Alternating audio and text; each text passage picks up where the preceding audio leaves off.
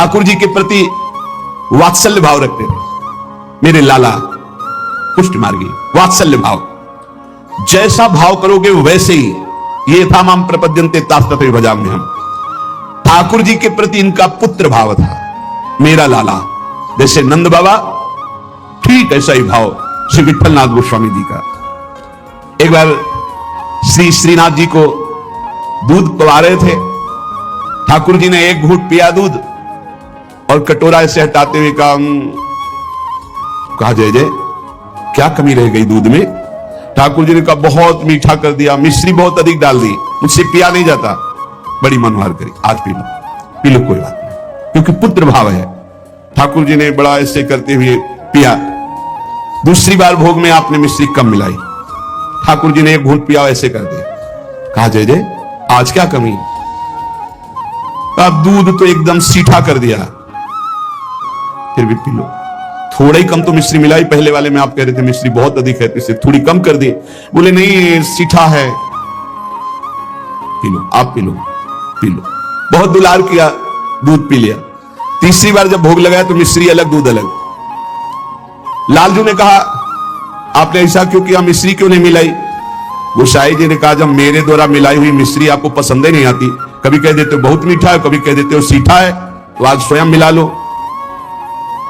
तो हंसकर कहा कि हम मिलाने लायक हैं, हम आपके बालक हैं, बालक मिलाना क्या जाने। और दौड़ गए और गोद में बैठकर छाती से चिपक गए और कहा रूस गए क्या, मिला के पिलाओ, हम तो बालक हैं, हम थोड़ी मिला पाएंगे। ये था माम प्रपद्यन्ते वात्सल्य भाव, मेरे पुत्र हो। तो वैसे ठाकुर जी, गोसाई जी ये हृदय से चिपक करके श्री श्रीनाथ जी कहने लगे मैं तो आपका बालक हूं ना। अशुभ प्रवाह होने लगा। ठाकुर जी ऐसे महान सुख देते हैं जो जिस भाव से। एक दिन मचल गए, सैया रचना करके जब शयन कराने को गए, कहा यह सैया ठीक नहीं है, दूसरी सैया ले आए। ये बिछौना ठीक नहीं है, दूसरा बिछौना ले आए। नहीं ये रंग मुझे पसंद नहीं, और रंग का बिछौना बिछा दिया। अब कितने बिछौना कितनी सैयाएं बदल दी लालजू महाराज बार बार, ये ठीक नहीं। पसीना पसीना हो गए थे गोसाई जी। गोसाई जी ने कहा कि आपको कौन सी सैया पसंद आएगी, कौन सा बिछौना पसंद आएगा? बोले बताओ, तुम सैया बनो और तुम्हारी छाती पे हम सोएंगे, क्योंकि हम यशोदा मैया की गोद में ही सोते हैं। अगर दिन में कभी अथाई में बाबा के पास गए तो उनके तोंद पे लेट के सोते, तो आप लेटो और आपकी गोद में हम। श्रीनाथ जी, श्री विठलनाथ जी गोस्वामी जी की गोद में जैसे मां की गोद में बच्चा, ऐसे श्रीनाथ जी सोए। एक दिन श्रीनाथ जी के सामने गिरिराज जी से बंदर आया, ऐसे किया वो जैसे बंदर करते हूँ ऐसे, वो बड़ी जोर रो पड़े श्रीनाथ जी। और गोस्वामी जी सेवा में थे, तत्काल गोस्वामी जी के ऐसे गोद में चिपक गए। वो कहा बंदर मुझे डर लगता है। गोसाई जी ने कहा इस बंदर से डर लगता है? बड़े बड़े भयंकर बंदर, न जाने कितने महाबली बंदर और बड़े बड़े भयंकर राक्षस रामावतार में तुम कैसे मारे होगे राक्षसों को, और कैसे तुम्हारे साथ बंदर सेना थी, हमारी तो समझ में नहीं आता। ऐसे ही कह के मन में पर्वताकार बंदर, महाभयानक राक्षस, यहां छोटे से बंदर को देख के चिपक गए और डर करके कहते मुझे बंदर से डर लगता है। जब शयन करने गए तो ठाकुर जी ने शयन में कहा कि देखो गोसाई जी, एक ही भाव रखो, एक म्यान में दो तलवार नहीं होती। यदि पुत्र माना है तो केवल पुत्र मानो, अगर भगवान मानोगे ऐश्वर्य तो फिर पार नहीं पाओगे, हम ऐसा ऐश्वर्य दिखाना शुरू कर देंगे। अगर पुत्र माना है तो केवल पुत्र ही मानो, तो तुम्हारा बेटा बंदर से डरेगा कि नहीं? तो हम वैसे ही डर रहे हैं जैसे बेटा डरता है। और अगर ये कि भगवान ऐश्वर्यशाली, तो फिर पार नहीं पाओगे, हम इतना ऐश्वर्य दिखा देंगे। एक म्यान में दो तलवार नहीं रहती। गोसाई जी जगे एकदम, और श्रीनाथ जी को देखा पास में, गले से लगा करके दुलार करते हुए, वात्सल्य भाव। एक दिन चूड़ी पहनाने वाली आई। गोसाई जी ने कहा कि जाओ हमारे घर में जितनी बहुएं हैं सबको चूड़ी पहना दो और पैसा यहां ले लेना आके। आपके 7 पुत्र थे तो 7 बधुएं थी। गोसाई जी ने यह नहीं कहा कि 7 बधुओं को पहना देना, कहा कि मेरी जितनी बहुएं हैं उन सबको चूड़ी पहना दो और पैसा यहां से ले जाना। अब उनकी 7 बहुएं तो चूड़ी पहनी, 8वीं श्री स्वामिनी जी पहुंच गई अपने कर कमल। जे ही उस चूड़ी पहनाने वाली ने श्री जी के कर कमल को देखा, अशुभ प्रवाह, आनंद मूर्ति हमारी प्यारी जो है, अशुभ प्रवाह होने लगी। ऐसा उसको लगने लगा कि आनंद के आवेग में मुझे मूर्छा आ जाएगी। नीलांबर का हल्का सा घूंघट है, मनोमृणाल मानो कमल लाल ऐसे सुंदर कर कमल। वो सोच रही इनके कर कमल में पहनाने लायक तो चूड़ियां ही नहीं हमारे पास। श्री जी ने इशारा किया, पहनाओ। किसी तरह वो प्रेम शिथिल होते हुए जैसे जैसे इशारा होता गया वो चूड़ियां पहनाई। बहुत देर तक वह शुभ प्रवाह करती रही। इसके बाद गोस्वामी जी के पास उसको ले जाया गया। गोस्वामी जी ने 7 बहुओं की चूड़ी के कितने पैसे होते? दूसरे का 7 नहीं 8। गोसाई जी ने कहा 7 बहुएं तो तू 8 की बात कैसे कह रही? दूसरे कहा मैं कसम खा के कहती हूं मैंने 8 बहुओं को। तो बोले जब 7 हैं ही तो 8 कैसे? उनका मैं कसम खा के कहती हूँ 8 बहुएं थी और मैंने 8 को पहनाई है, और जो 8वीं थी वो इतनी सुंदर थी, इतनी, और रोने लगी। गोसाई जी ने कहा कि ऐसा कैसे हो सकता है, चलो इससे झंझट हटे। 8 बहुओं की चूड़ी पहनाने के पैसे दे दिए। जब रात्रि में शयन किया तो श्री जी ने गोसाई जी से कहा उस चूड़ी वाली से क्यों झगड़ रहे थे? क्या आप प्रीतम लालजू को आप अपना पुत्र नहीं मानते? हाँ पुत्र तो है ही, वो हमारे मानने की क्या बात है। तो मैं कौन हूं? पुत्र बधू हुई कि नहीं? अगर आप कहते 7 बहुओं को पहना दो तो मैं कदापि नहीं जाती। आपने कहा मेरी सब बहुओं को पहना दो, तो 8वीं मैं हूं, मेरे ही धारण। श्री जी के वचनों को सुनकर गोसाई जी तत्काल उठे और बैठे बैठे रात भर रोते रहे कि लाडली जू कितनी कृपालु, कितना भाव स्वीकार करने वाली है। यहां एक बात ध्यान रखनी है कि गुरु प्रदत्त भाव के अनुसार, संबंध के अनुसार जब सेवा की जाती है तो बहुत जल्दी वो सेवा सिद्ध हो जाती है। आराध्य देव बात करने लगते हैं। भक्त की हर बात को प्रभु सुन रहे हैं। गोसाई जी ने कहा जाओ सब बहुओं को चूड़ी पहना दो। सुन रही ना श्री जी, इसलिए चूड़ी पहनने गई। हमारा भाव दृढ़ होना चाहिए, भाव में कमी नहीं होनी चाहिए। जैसा हम भाव गुरु प्रदत्त करेंगे वैसा ही इष्ट देव अनुभव कराएंगे। जाकी रही भावना जैसी, प्रभु मूर्ति देखी तीन तैसी।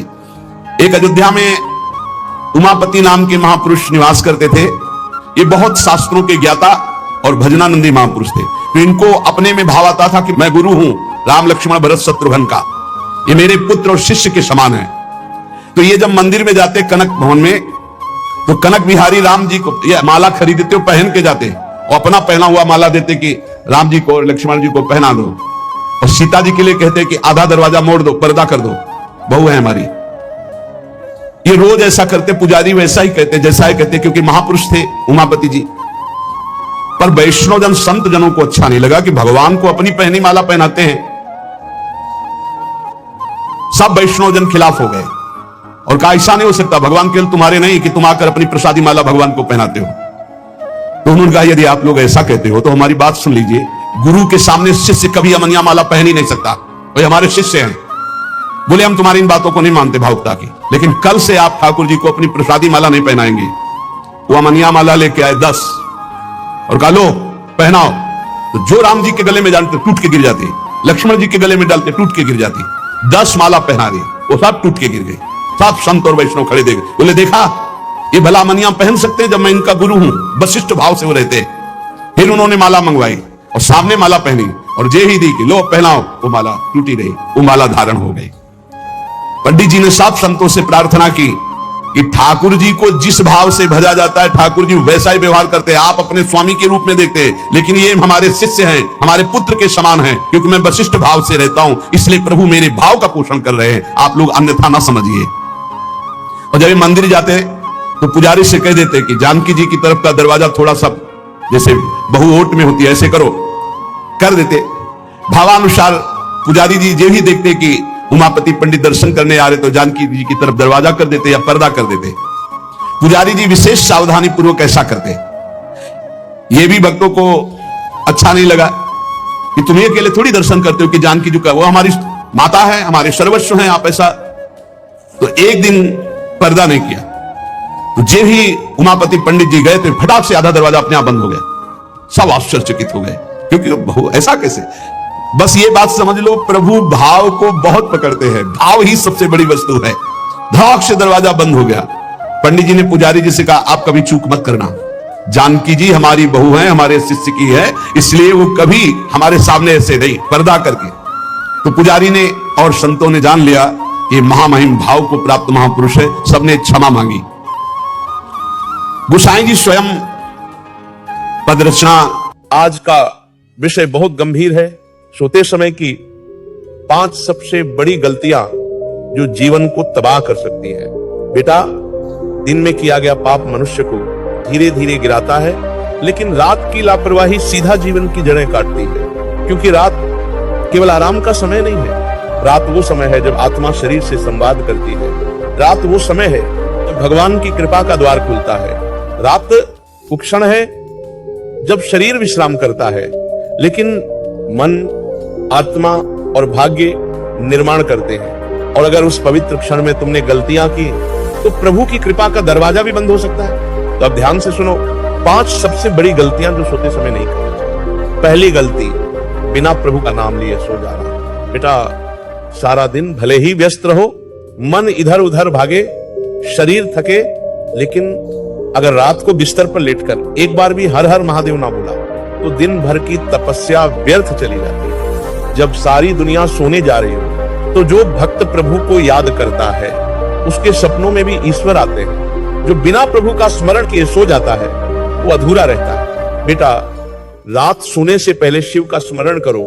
कह दो, हे भोलेनाथ, दिन भर जो किया उसका फल मुझे मिले, परंतु अब मैं तेरे चरणों में विश्राम चाहता हूं।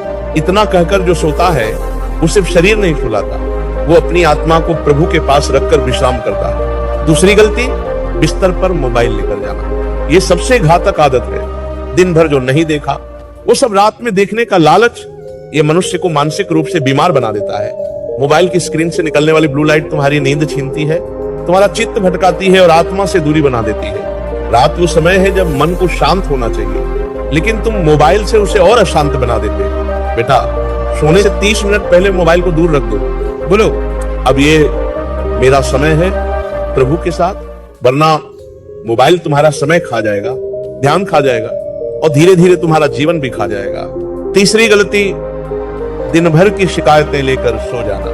बहुत से लोग बिस्तर पर लेटते हैं और सोचते हैं आज मेरा दिन खराब था, उसने ऐसा बोला, मुझे दुख मिला, मेरे साथ अन्याय हुआ। बेटा, जब तुम शिकायतों के साथ सोते हो तो वो शिकायतें तुम्हारे मन में बीज बन जाती हैं और अगली सुबह वही नकारात्मक ऊर्जा तुम्हारे दिन की शुरुआत करती है। सोते समय मन को शांत करो, सबको माफ कर दो। कह दो, प्रभु, जो हुआ उसे मैं स्वीकार करता हूं, जो नहीं हुआ उसे मैं आपके भरोसे छोड़ता हूं। फिर देखो, रात तुम्हें शक्ति देगी, सपने तुम्हें समाधान देंगे। चौथी गलती, बिना जल पिए सोना। ये बात छोटी लगती है और शरीर के लिए बहुत महत्वपूर्ण है। सोने से पहले एक छोटा गिलास गुनगुना जल पिए। ये आपके शरीर को संपूर्ण विश्राम की स्थिति में लाता है। ये मस्तिष्क की नसों को आराम देता है। और ध्यान रखना, बहुत ज्यादा जल नहीं, बस उतना कि शरीर को ताजगी का संकेत मिले। शरीर एक मंदिर है और जल उसका पहला अभिषेक। रात को दिया गया जल शरीर के भीतर एक ब्रह्मांडीय शांति लाता है। 5वीं गलती, बिना अगले दिन की योजना बनाए सो जाना। जो व्यक्ति बिना उद्देश्य सोता है वो सुबह उठकर भी खोया हुआ रहता है। रात को सोने से पहले 2 मिनट आंखें बंद करो और सोचो, कल मुझे क्या करना है, कैसे शुरुआत करनी है, किन बातों से दूर रहना है, प्रभु से क्या मांगनी है। जब तुम संकल्प लेकर सोओगे तो पूरी रात ब्रह्मांड तुम्हारे लिए मार्ग बनाएगा।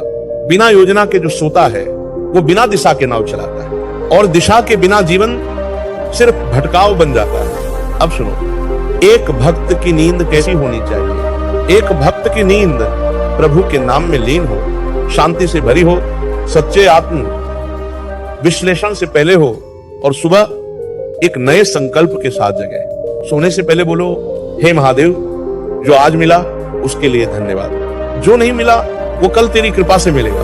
अब तू संभाल ले मुझे, मेरी आत्मा, मेरा शरीर, मेरा कल। फिर देखो बेटा, रात तुम्हारी दवा बन जाएगी, नींद तुम्हारा साधन बन जाएगी और सुबह तुम्हारी नई शुरुआत। तो अब संकल्प लो, अब बिना प्रभु का नाम लिए नहीं सोऊंगा, अब मोबाइल से पहले खुद से मिलूंगा, अब शिकायत नहीं, सिर्फ धन्यवाद लेकर सोऊंगा, अब जल से शरीर का सम्मान करूंगा, अब बिना योजना के कभी नहीं सोऊंगा। और जब ये 5 बातें तुम्हारी आदत बन जाएंगी तो जीवन बदल जाएगा।